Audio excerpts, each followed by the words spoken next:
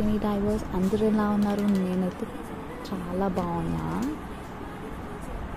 So ఇవాళ ఒక quick రెసిపీతో మీ ముందుకు వచ్చేసాను. అదేంటో అందరికీ favourite gulab jam. First of all మనకు అందరికీ ప్యాకెట్స్ దొరుకుతాయి గులాబ్ జామ్ ప్యాకెట్ షాప్స్లలో.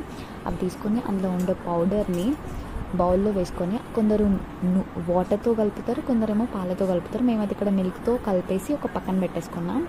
తర్వాత ఇంకో గిన్నెలో మనం షుగర్ రెసిపీని తయారు చేసుకోవాలి. షుగర్ సిరప్ని అందులో కొంచెం యాలకుల కోసం దంచుకుంటాం అన్నమాట.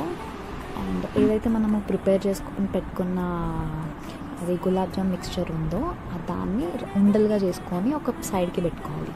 ఆ ఉండలుగా చేసుకున్నవన్నీ మనం ఆయిల్లో డీప్ ఫ్రై తీసేసుకున్నాక అవి చల్లగా అయ్యాక ఈ షుగర్ రెసిపీ ఏదైతే మనం చేసుకున్నామో షుగర్ సిరప్ దాన్ని ఆ ఉండలుగా చేసుకున్న గులాబ్ జామ్స్ మీద అందులో ఫిల్ చేసేసుకోవాలన్నమాట.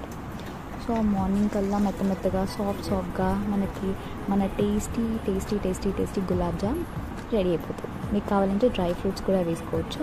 అంతే. డూ సబ్స్క్రైబ్ గా.